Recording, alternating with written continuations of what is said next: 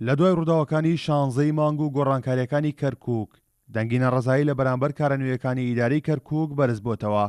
ئەندامێکی ئەنجومەنی پارێزگا لە لیستی برایەتی کارەکانی ئیدارەی ئێستای کەرکووک بەنا دەستوری وەسف دەکات. پێکارەکانی پێچەوانەیە لەبەرەوەی بەڕاستی نەقلی نفوس کەرکووک شمولی مادەی 140 کە هەموو شتەکانی ڕاگیراوە لە بەغاوە تاوەکو یەکلاکردنەوەی جێبەجێکردنی مادەی 140 دوای جەخۆ کەرکووک هەموو عێراقیەکانە کەیفی خۆیان ئەگەر بێنانێ نابێ ئەو کارە بکە یان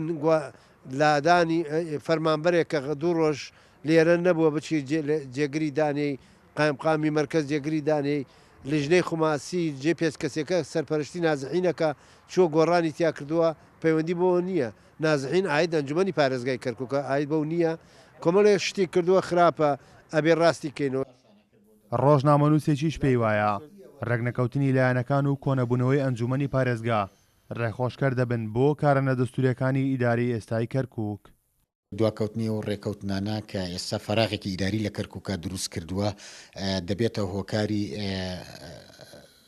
بەردەوامی سیاسی تعریب کە لە دوای 16 مانگەوە سەری هەڵداوەتەوە لە سایی ئەم پارێزگاری کە ئێستا لەلایەن حکوومەتی عێراقەوە دانراوە بە وکالەت نیاتپاکیەک لەلایەن ئەوانەوە بەدی ناکرێت بۆیە پێویستە لایەنە کوردیەکان بە زووترین کات هەوڵ بدەن ماڵی خۆیان یەک بخەنەوە تاکو ڕێگا بەو سیاسەتە نوێی تعریب بگرن و من پێم وایە لەم پرسەشدا ئەنجومەنی پارێزگای کەرکووک کەمتەرخەم و چاودێران پێیان وایە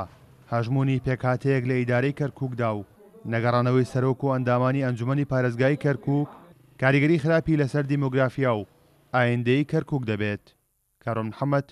کورتساد نیوز، کەرکووک.